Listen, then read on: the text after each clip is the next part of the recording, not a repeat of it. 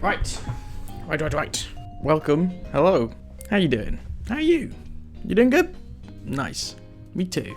Welcome to a review. It's kind of a review. It could just be a series of unhinged thoughts and unrequested opinions about a game made for children.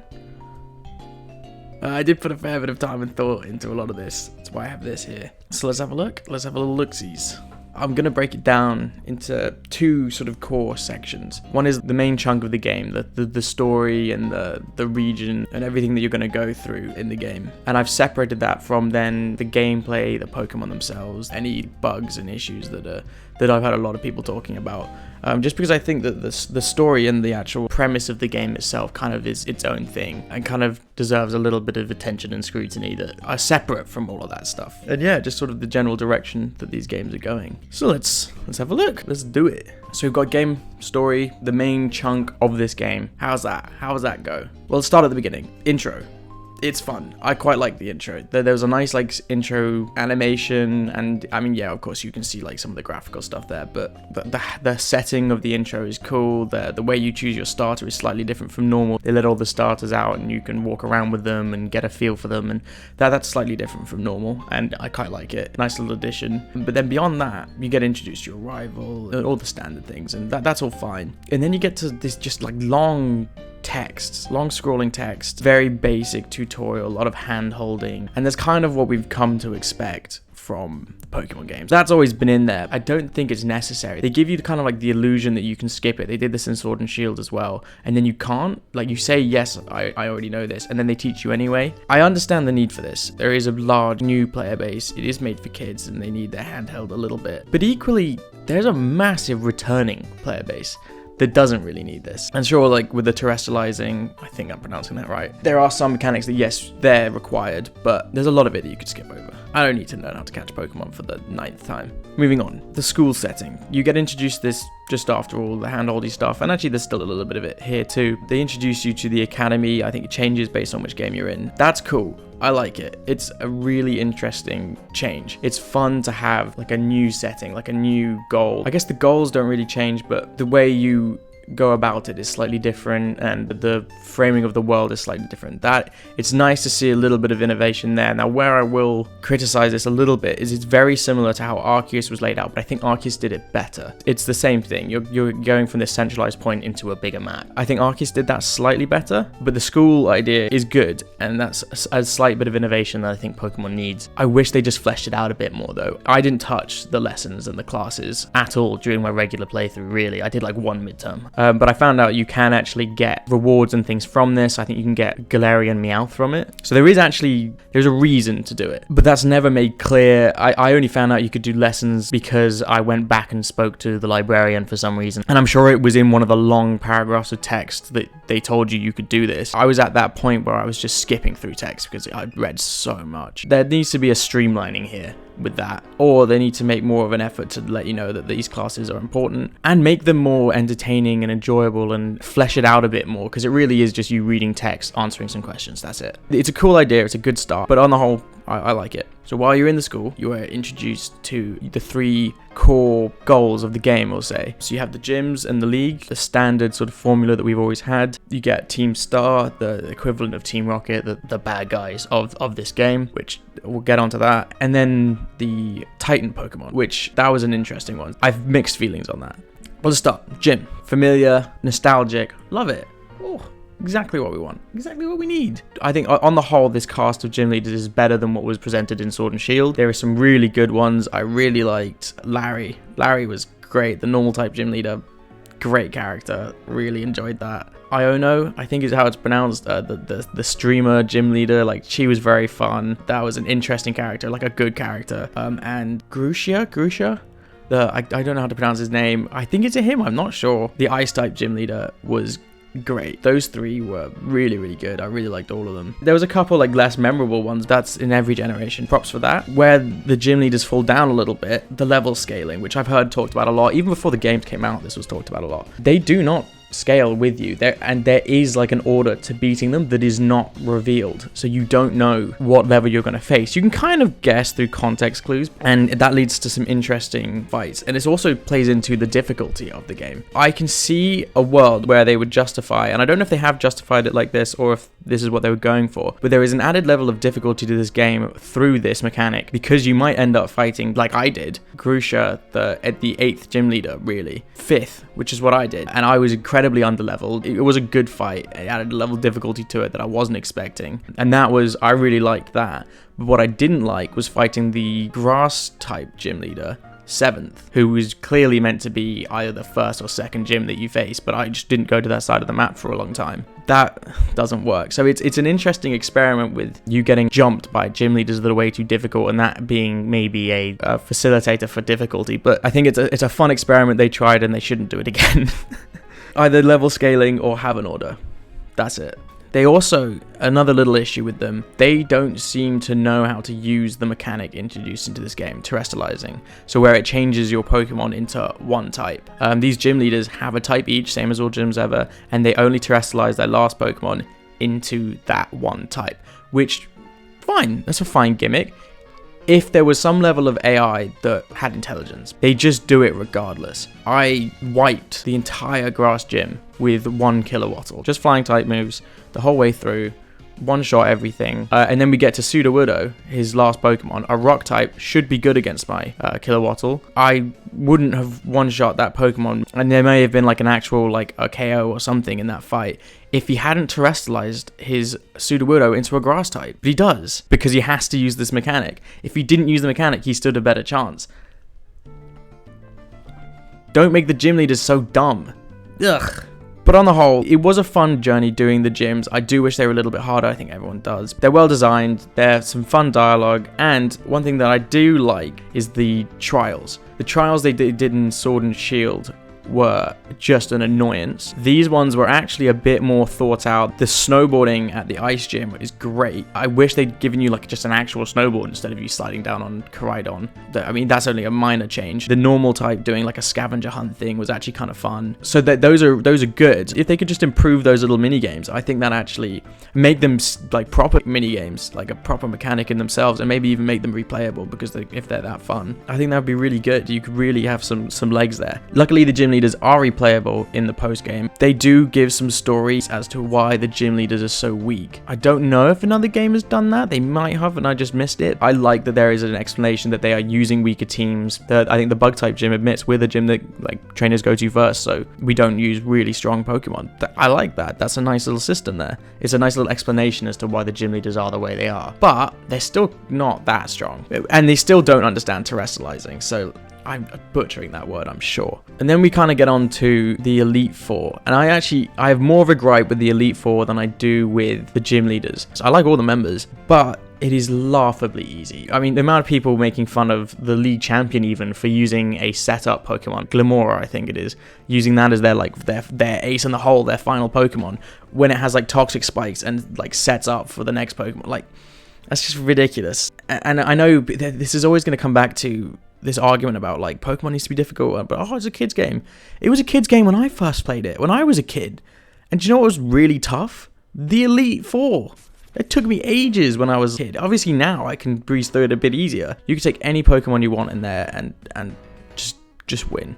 Just through leveling, or just through they're not good at battling. That was a bit of a disappointment. There is recent examples of this where in Brilliant Diamond Shining Pearl that only came out a year ago, they did have the regular Elite Four and Cynthia, and it was difficult. Yeah, people who are like seriously into like competitive probably didn't find it difficult at all, but I'm a fairly casual player. I dip into competitive occasionally, but I did lose to Cynthia the first time, and I had to like rethink my team, and there was some strategy that went into it, and that's really fun. That's really enjoyable, and I enjoyed doing that as a kid as well. So I think you're almost cheating these people playing Pokemon for the first time out of that fun and experience. I wish we could have the old feeling of beating the Elite Four and it being this sort of insurmountable challenge that you defeat yourself, rather than it kind of just being handed to you. So all in all, it's fine. It's the regular gym path. It just needs to be more difficult and a little bit more organized. The highlight of it is your rival is very fun. Nimona, despite being a little creepy in moments, she's a fun character.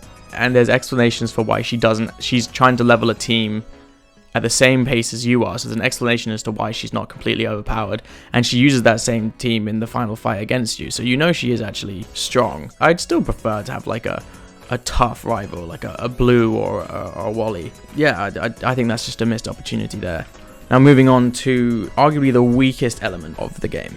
Team Star. Team Star are so underwhelming as a group. They are an upgrade from Team Yell, which was just a glorified fan club of one gym leader and your rival. The context in which they exist with Team Rocket and Team Aqua and Magma and the goals that those guys had versus what is presented in this is just a bunch of kids who don't like school. So it just doesn't have the same stakes involved. And so I don't care about beating Team Star because there's no stakes to it. There's no pressure at all. Now, what I will say for it, and where it does have a bit of a redemption, is the story. The conclusion to that storyline is actually quite nice. It's quite sweet. Yeah, it's a bit young, but it's a very sweet message, and it's all about anti-bullying. These like kids that get bullied, stand up to their bullies, and they get ostracized because of it, and then there's like a redemption to it. There's like a nice story there, so it does redeem itself with the message and the story of it. And Penny's actually a really good character, and also the story takes so long to build anyway. Even though it does have maybe that nice conclusion, it takes so long to get there, dude.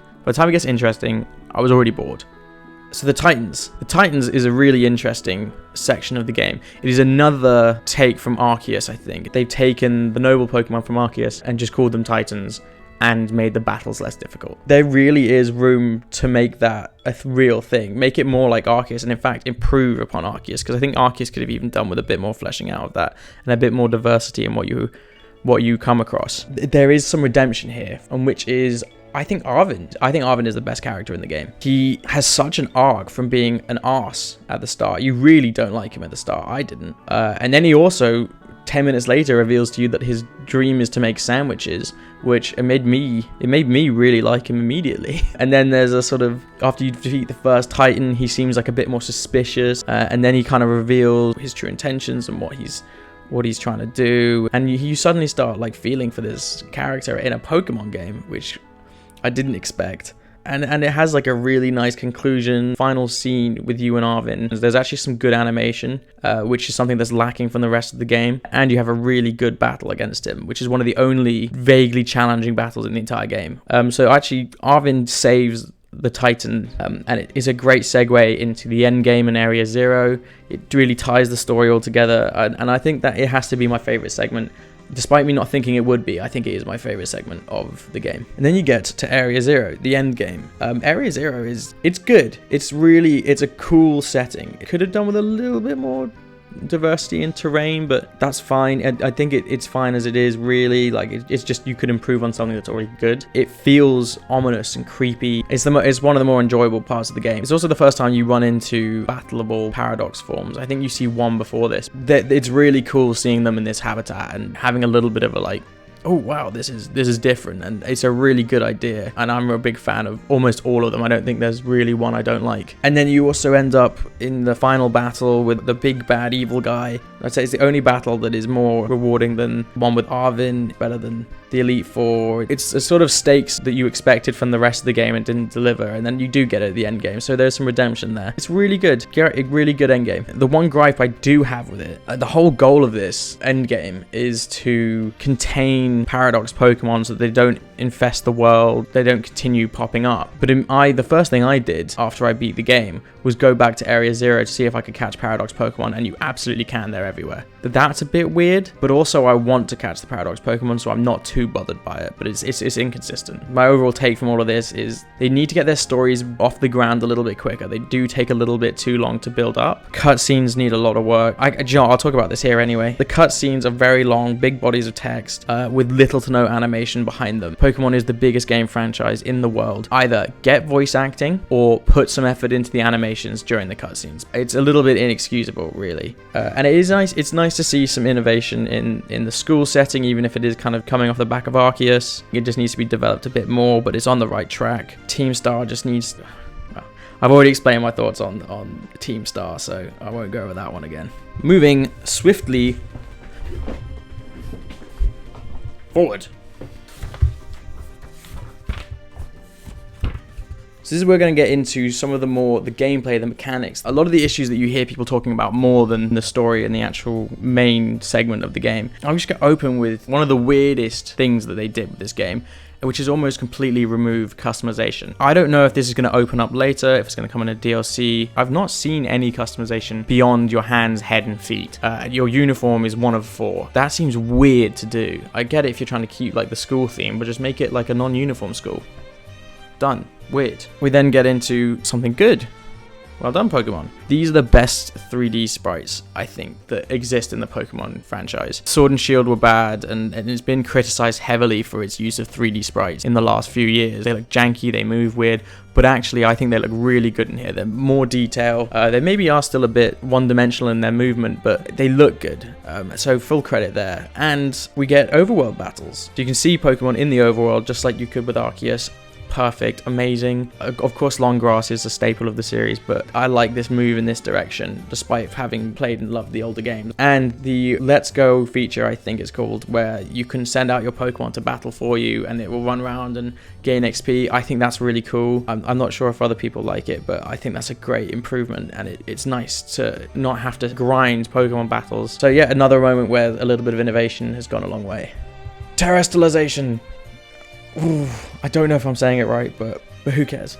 It beats Dynamax, for sure. I've never been a huge fan of Dynamax. I know a lot of people grew to like it, but I thought it just made big Pokemon, which is exactly what it did. This is better than Dynamax. It offers some interesting potential for competitive and for the way you use your team and having different Terra types. Not that the gym leaders know how to use it whatsoever, or the Elite Four for that matter, but it is interesting, it's cool. The only question that this really raises is it better than Mega Evolution? And no, it isn't. Mega Evolution was one of the best innovations that they ever put into Pokemon, and it makes no sense to me why they got rid of it. I've done a little research on this, and they claim it is to put Pokemon on like a level footing so that anyone's favorite Pokemon can be good, which I understand that. So terrestrialization, that makes sense. Any Pokemon can do it. It doubles their attack in that type. It gives some viability to every single Pokemon. So in that regard, this is way better than Dynamax, because even with Dynamax, it gave certain Pokemon forms, so that doesn't make sense. Here, at least it is ubiquitous.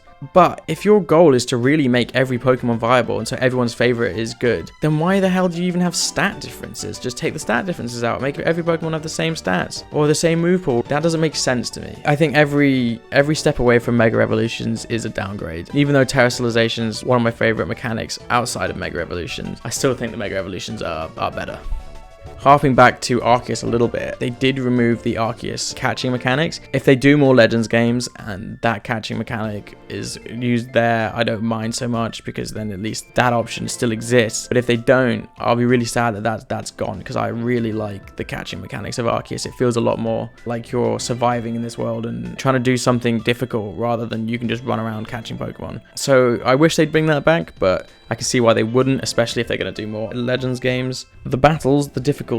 The battles, the difficulty. We kind of touched on this already. It's bad. It's just bad. It's an age-old question at this point. Why is there no difficulty setting? Why is that so hard? Yes, I get it's a game for kids. It's a game for kids.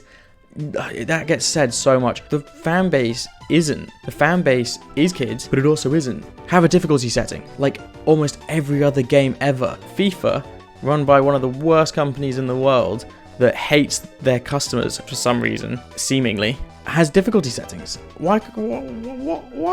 Why not? It's just a button. And on that point, they got rid of set battling as well. You can only play Switch, which if you don't know, Switch is where you can switch in your Pokemon every time the opposition Pokemon faints and they send a new one in, which basically means at no point do you ever have to not have type advantage. Set is where you can only switch through manually doing it. It just makes it a bit more difficult, and was kind of the only thing close to a difficulty setting that was in there. And that is now gone. So thanks. And a little side note while I'm thinking about it, you can't change the camera angle. Sorry, you can change the camera angle, but it almost always starts in like the weirdest position. For the gym battles and things, it has like a set view and they're good, but it's such a janky camera. If you can't get the camera angles sorted, just give me a fixed camera and maybe make the overworld viewable in the background, but just give me a fixed camera. It just shows me the actual battle rather than me being half clipped into my Kilowattle's head. Yeah, this makes no sense. And the sensitivity, give me an option to change the camera sensitivity.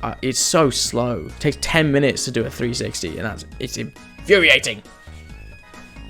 that's a big old tangent. Going back to the difficulty, Shining Pearl and Brilliant Diamond, they were made a year ago, and they are 10 times more difficult than these. So they can do it, they're just choosing not to. And now we're getting into the big issue that I think a lot of people kind of click on these videos and are interested in, and that is the performance. And actually, I don't know how deep I want to go into this, really. Yes, the graphics are bad at a distance, but stuff close up is fine. There's a lot of glitches and things that people have reported. I had none through my playthrough, but I am aware that they do exist, so you can't be ignored. I've seen some tests people did where when it ran on a computer, it ran fine. So they're trying to blame it on the Switch hardware, which I find slightly hard to believe, because you've got games like Breath of the Wild are on Switch, and they're bringing out a new Breath of the Wild that is more ambitious, and yeah, that doesn't really hold water for me. If it runs fine on a PC but doesn't run fine on the Switch, that feels like an error in the design, because Breath of the Wild is as, if not more, complex. It runs fine.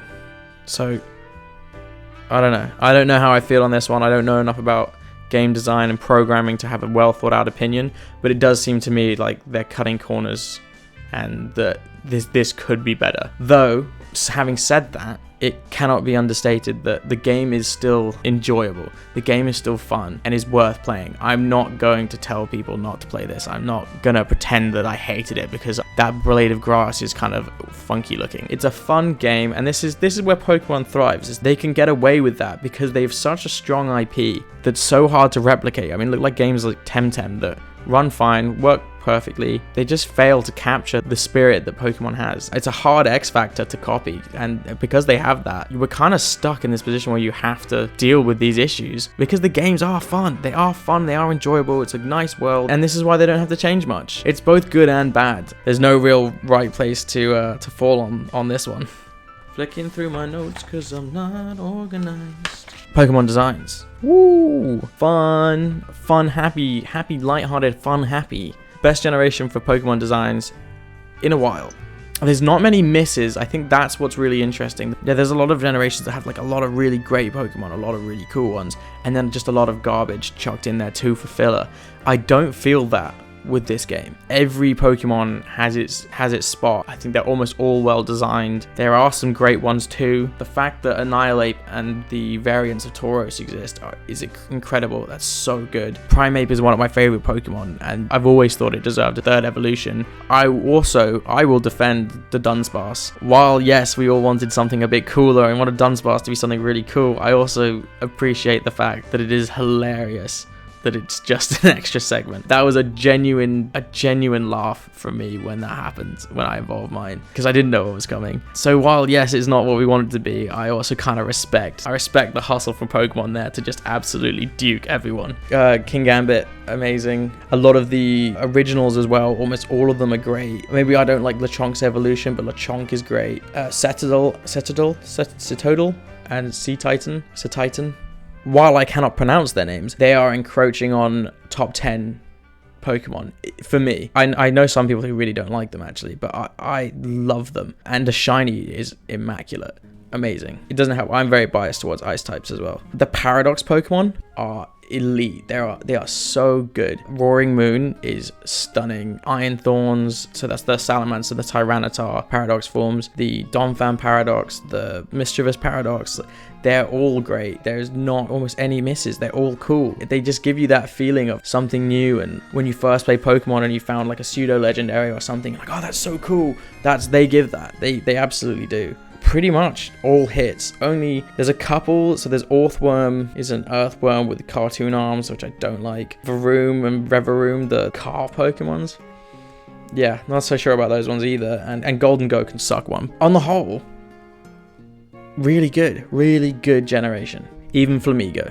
That's pretty much it. Well, my final thoughts really is that this game has flaws. Yeah, it absolutely does, but it's a step in the right direction. It absolutely is. It's a definite improvement on Sword and Shield. It's maybe not quite as good as Arceus for me, but I could see people arguing the other way around. It's nice to see them taking a step in the right direction. The gripe you can have with that is that Pokemon is the biggest games company, game brand, video game presence in the world, and you think that they'd be doing better than a step in the right direction. That's where you could really challenge them on it, but at least it's a positive. Again, I've already said it, but it's such a strong IP that there's who really else are you going to turn to? It's still a really fun game. I don't think I'll stop playing it for a month or so, and even then I'll be dipping back in and out. It's an enjoyable addition to the series. But yeah, please leave a like, subscribe, comment. I'd love to hear people's opinions on the game. I'd love to have a little conversation in the comment section about that, because I've heard a lot of different takes and I think they're all really interesting, so please do. I did quite a lot of thinking and ruminating before putting this all together, and it did take me a while, so yeah, please, if you enjoyed it, show some support. It's still a fledgling little channel, so every little helps. Thanks for watching. Bye bye.